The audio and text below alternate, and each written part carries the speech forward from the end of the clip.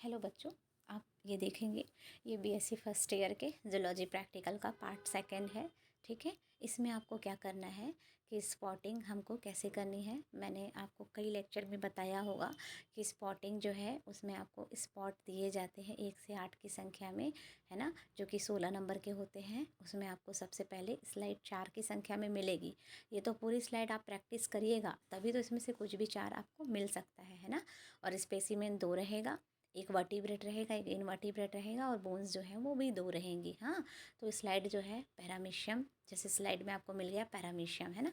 तो पैरामीशियम और यूग्लिना तो बहुत ही कॉमन है बच्चों, मेरे ख्याल से बहुत पहले से आप इनके बारे में जानते हैं। पैरामीशियम सिलिएटा, है ना, सिलिया पाया जाता है इसलिए सिलिएटा आप बोल सकते हैं, सिलियोफोरा। ठीक है, और यूग्लिना जो है उसमें फ्लैजिला पाया जाता है। पैरामीशियम स्लीपर शेप का होता है, ये तो जानते ही हैं, 2 तरह के न्यूक्लियस उसमें पाए जाते हैं, है ना।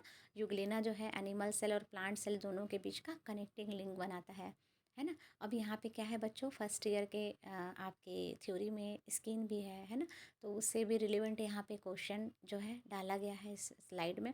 तो फिश का स्किन, फिश की स्किन में ऑपेस स्केल पाया जाएगा, एपिडर्मिस है ना, डर्मिस रीजन दिखेगा, प्लेकॉइड स्केल, ट्राइडेंट स्पाइन वाला स्केल है, बेसल प्लेट पाया जाएगा, टीनॉइड स्केल में छोटे छोटे टाइनी टीथ लाइक स्ट्रक्चर जो है वो पाए जाते हैं, है ना। और फिश की स्केल से फिश की एज का भी हम काउंटिंग कर सकते हैं। हाँ, फ्रॉक की स्किन में आपको क्या दिख जाएगा, पॉइजन ग्लैंड दिख जाएगा, म्यूकस ग्लैंड दिख जाएगा, है ना। एपिडर्मिस और डर्मिस तो जरूर दिखेगा। यूरोमेस्टिक्स क्या है, एक रेप्टाइल है, रेप्टाइल की स्किन में आपको क्या दिख जाएगा, स्केल दिख जाएगा, है ना। ब्लड वेसल ऑब्वियस दिखेगा, नर्व सेल दिखेगा, क्रोमेटोफोर दिखेगा। तो ये सारा चीज़ स्ट्रक्चर आपको स्किन में दिखाई देगा, है ना। और पिजन जो है उसकी स्किन में ऑब्वियस है कि फैदर दिखाई देगा, है ना।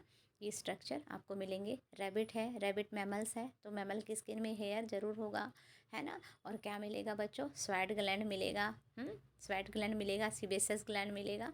हाँ, अब यहाँ आगे बढ़ते हैं हम लोग, तो फ्रॉग का टीएस ऑफ लीवर, फ्रॉग का जो है लीवर का टीएस, है ना। तो लीवर के स्ट्रक्चर में ऑब्वियस है कि हेपेटिक सेल जरूर दिखाई देंगे, है ना, कुपर सेल दिखेंगे। हाँ, और यहीं हम पढ़ेंगे कि frog TS of pancreas, frog का जो पेनक्रियास है उसमें लीवर और पेनक्रियास तो हम जानते ही हैं, दे आर डाइजेस्टिव ग्लैंड ना। अच्छे से पढ़ लीजिएगा बच्चों, कंफ्यूज मत होइएगा, डायग्राम आप लोग सही सही बनाइएगा, जो आपको बताया जा रहा है उसी का डायग्राम बनाना है, ठीक है। Frog TS of testis, frog के टेस्टिस का टीएस, टेस्टिस है ऑब्वियस, तो स्पर्म सेल ज़रूर मिलेंगे, स्पर्मेटोगोनिया मिलेंगे, है ना। और फिर उसके बाद देखते हैं ओबिलिया कॉलोनी, ओबिलिया कॉलोनी जो है ये भी इनवर्टिब्रेट्स हैं, इनवर्टिब्रेट एनिमल में ही आ जाता है। स्लाइड में आपको दिख जाएगा, पॉलिप, मेड्यूसा, अलग अलग स्टेजेस दिख जाएंगे। हाँ, और सर्केरिया लार्वा जो कि इजिली आइडेंटिफाइड हो जाता है, फैशियोला हिपेटिका का लार्वा है। इसका भी बढ़िया से प्रैक्टिस कर लेना, डायग्राम बना बना के प्रैक्टिस करो बच्चों, डायग्राम बनाओ, कमेंट लिखो, लैबलिंग करना सीखो, ठीक है। स्पेसिमेंस है, स्पेसिमेन जो कि आपको शीशी में भरे हुए मिलते हैं ना, वही आपके स्पेसिमेन है, फॉर्मेलिन की बोतल में भरे रहते हैं, है ना। फॉर्मेलिन इसमें डूबा रहता है, 40% फॉर्मल्डिहाइड का सॉल्यूशन होता है यहाँ पे। साइकॉन जो है, साइकॉन पोरीफेरा फाइलम का मेंबर है ना। इसको देख के बहुत अच्छे से पहचाना जा सकता है। फैशियोला हिपेटिका लिवर फ्लूक बोलते हैं, ये भी एंडोपैरासाइट है एक तरह का, है ना, ठीक है। और डाइजेनेटिक जो लाइफ है उसको अपने जीवन में अभिव्यक्त करता है, ठीक है। ऑक्टोपस को तो सभी जानते हैं, ऑक्टोपस फाइलम मोलस्का का मेंबर है। इंकलैंड प्रेजेंट होता है, ओरल आर्म प्रेजेंट होते हैं, सक्कर प्रेजेंट होते हैं। स्टारफिश को भी सभी जानते हैं, स्टारफिश फाइलम इकाइनोडर्मेटा का मेंबर है ना। पेंटामेरस रेडियल सिमिट्री ये शो करता है, ठीक। एस्कैरिस जानते हैं बच्चों, ये भी पैरासाइट है, मेल और फीमेल दोनों में पाया जाता है, मेल फीमेल दोनों इसमें सेक्सुअल डाइमॉर्फिज्म प्रेजेंट होता है ना। और पेट्रोमाइजोन जो है, पेट्रोमाइजोन और मिक्सिन जो है साइक्लोस्टोम है ना। फिशेस हैं, ये दोनों ही साइक्लोस्टोम फिश हैं, इनको अच्छे से पढ़ लेना। माउथ जो है सर्कुलर शेप का होता है। टॉर्पीडो जो है ये क्या है, इलेक्ट्रिक फिश है। और ट्राइगॉन जो है स्टिंगरे है, ठीक है।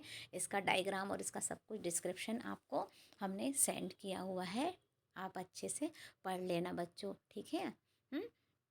इक्थियोफिश जो कि क्या है, ये एम्फीबियंस है ना। एम्फीबियन है, ऑर्डर एपोडा का मेंबर है, याद रखिएगा। रेकोफोरस क्या है? रेकोफोरस जो है फ्लाइंग फ्रॉग है, फ्लाइंग फ्रॉग उड़ने वाला मेंढक है। और इक्थियोफिस जो है उससे जुड़ी हुई एक इम्पॉर्टेंट बात बताऊं बच्चों, इक्थियोफिस में पेरेंटल केयर बहुत अच्छी तरह से पाया जाता है। ये अपने चाइल्ड की, अपने जो एग हैं उनकी सुरक्षा करती है ना।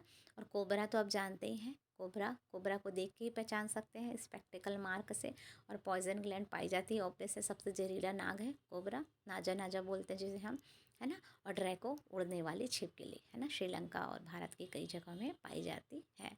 ठीक, बोन्स में सिर्फ हमको गडिल पढ़ना है फर्स्ट ईयर में, pectoral girdle and pelvic girdle. Pectoral upper arm से ज्वाइंट रहता है पेक्टोरल गडिल, और पेल्विक गडिल जो है वो लोअर रीजन से ज्वाइंट रहता है। पेक्टोरल का भाग हमेशा याद रखेगा, है ना, स्केपुला, सुप्रा स्केपुला, कोरेक्वाइड, क्लेविकल, ये सब पार्ट से मिलकर के पेक्टोरल बनता है। और पेक्टोरल से जुड़ा रहता है ह्यूमरस, रेडियस अल्ना, है ना, और कार्पल एंड फेलेंजेस, पेक्टोरल से, है ना, ये सब जुड़े रहते हैं। और पेल्विक जो है लोअर रीजन में फीमर से जुड़ा रहता है हमारा, है ना, निचला जो हिंड बोन है उससे ये ज्वाइंट रहता है। ठीक है, तो पेल्विक गडिल से जुड़ा रहेगा फीमर, फिर उसके बाद में टिबिया फिबुला के बाद में आ जाएगा टार्सल एंड फेलेंजेस। ठीक है बच्चों, तो इनको हमको frog, reptile, birds and mammal में अलग अलग तरह से पढ़ लेना है, क्योंकि सभी में तो ये गडिल जो है वो पाए जाते हैं।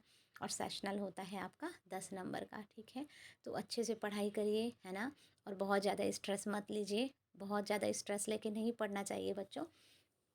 देखिए जितना हम पढ़े हैं उतना तो हम बना लेंगे, है ना, बस ये सोच करके ही हमको पढ़ना है। बहुत ज़्यादा एग्ज़ाम में अपने आप को पैनिक नहीं करना है, डरना नहीं है। खाना पीना टाइम पर करिएगा, ऐसा नहीं है कि रात रात जाग कर पढ़ रहे हैं।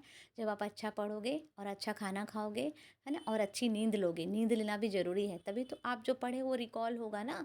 ऐसा नहीं है कि आप बस रात रात जाके पढ़ रहे हैं, फिर सुबह आपको वॉमिट हो रहा है, खाना खाए बिना आ गए एग्ज़ाम देने, तो नहीं, ये सही चीज़ नहीं है। ठीक है, अपना ध्यान रखिए, अच्छे से पढ़िए, ऑल द बेस्ट।